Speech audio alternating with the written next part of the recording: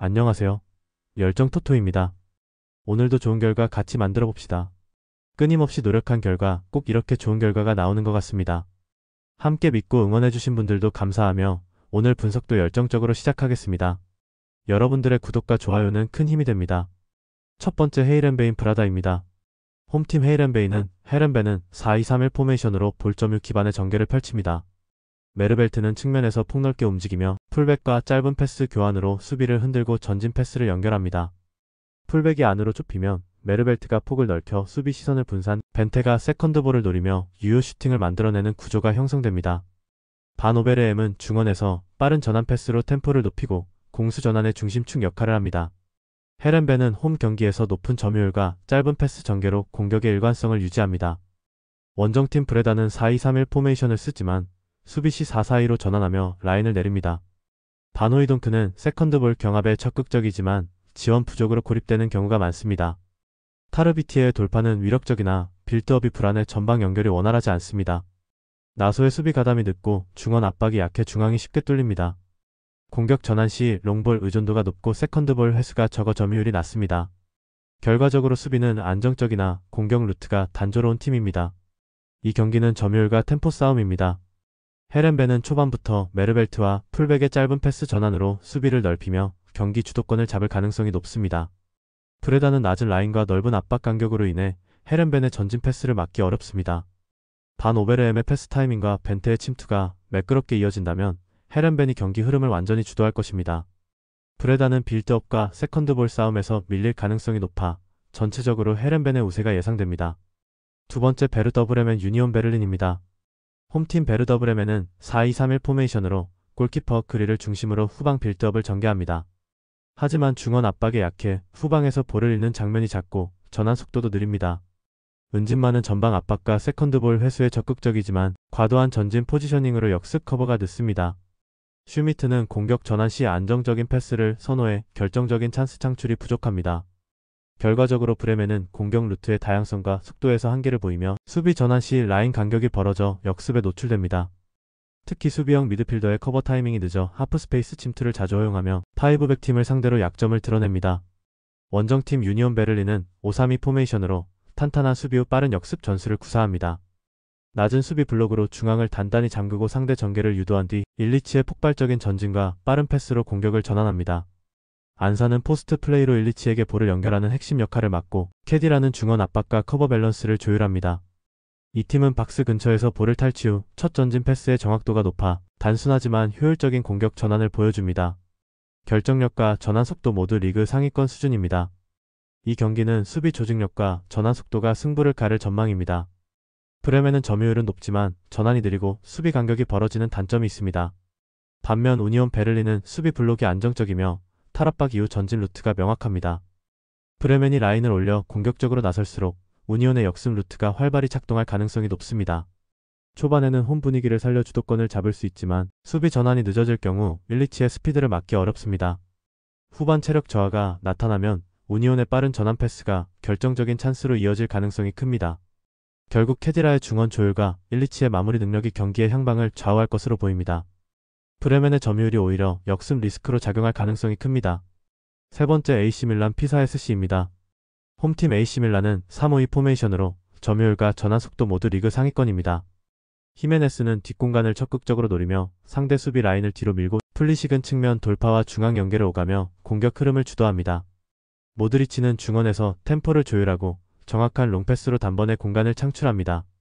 세트피스에서도 위협적이며 300 라인이 단단하고 세컨드볼 회수율이 높습니다.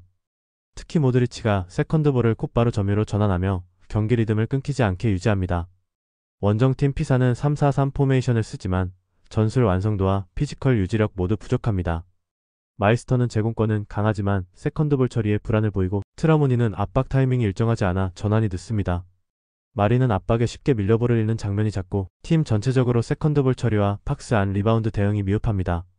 특히 후반 집중력 저하로 실점이 많으며 간격이 벌어져 수비 조직이 흔들립니다. 이 경기는 세컨드볼 장악과 전환 속도 싸움입니다. AC밀란은 모드리치 중심의 중원 점유와 히메네스 플리식 연계로 초반부터 주도권을 잡을 전망입니다. 피사는 압박을 견디지 못해 롱볼에 의존할 가능성이 크지만 세컨드볼 회수 실패 시 곧바로 밀란의 역공에 노출됩니다. 결국 모드리치의 템포 조율과 집중력 유지력에서 AC 밀란이 압도적인 우위를 보일 것으로 예상됩니다. 네 번째 파리FC 낭트입니다. 홈팀 파리FC는 4-3-3 포메이션으로 중원 점유와 템포 조절이 뛰어난 팀입니다. 카마라는 박스2박스 유형으로 볼 탈취 후 전진 패스로 템포를 끌어올리며 하프 스페이스를 적극적으로 공략합니다. 제벨스는 전방 압박의 핵심으로 볼을 잃은 직후 즉각적인 리트리거 압박으로 점유율을 유지합니다. 케발은 측면 돌파 후 정확한 컷백과 중앙 연계로 공격 완성도를 높입니다. 특히 홈에서는 압박 간격 유지와 빠른 수비 전환, 유기적인 빌드업 전개로 경기 리듬을 안정적으로 유지합니다.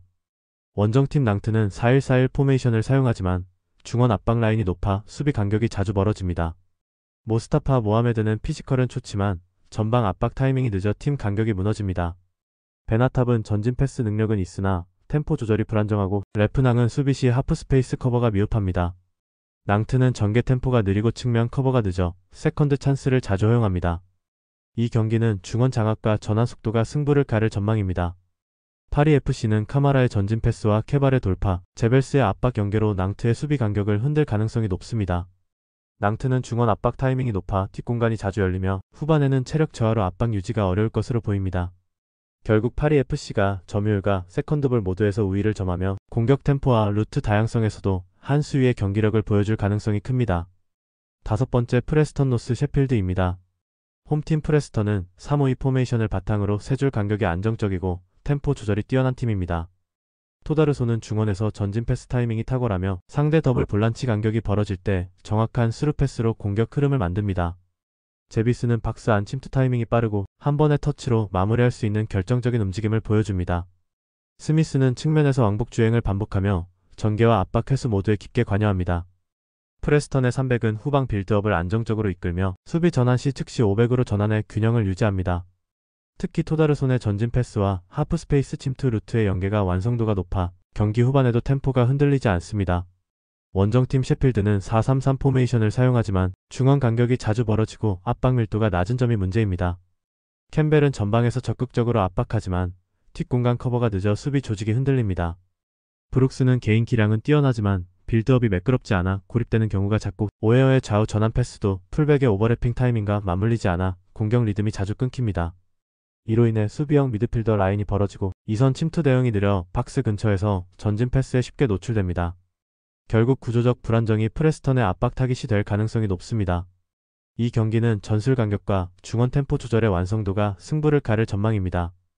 프레스턴은 토다르손의 패스 전환과 세컨드볼 회수 능력을 바탕으로 중원 주도권을 잡고 세밀한 빌드업과 빠른 전환으로 셰필드의 압박 간격을 무너뜨릴 가능성이 높습니다. 반면 셰필드는 더블 볼란치 간격과 수비 블록 유지가 불안정해 후반으로 갈수록 공간 노출이 커질 것으로 보입니다.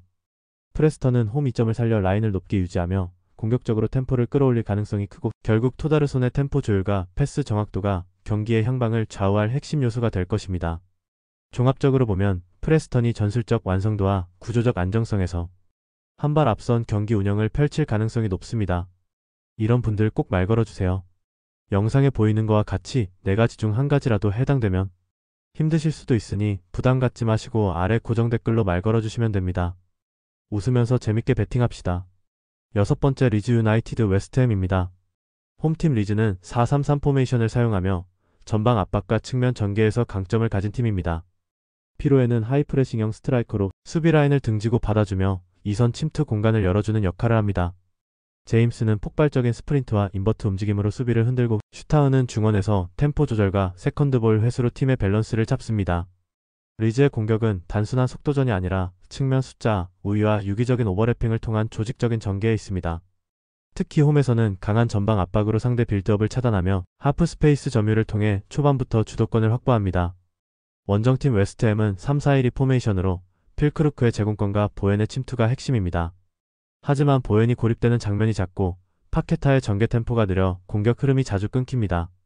수비에서는 300 간격 유지가 불안하며 윙백의 커버 타이밍이 늦어 측면 공간이 자주 열립니다. 또한 중원 압박이 약해지면 이선 수비 가담이 늦고 세컨드볼 경쟁에서도 밀리는 경향을 보입니다. 특히 원정 경기에서는 라인 유지와 집중력이 떨어져 리즈의 압박을 버티기 어려운 구조입니다.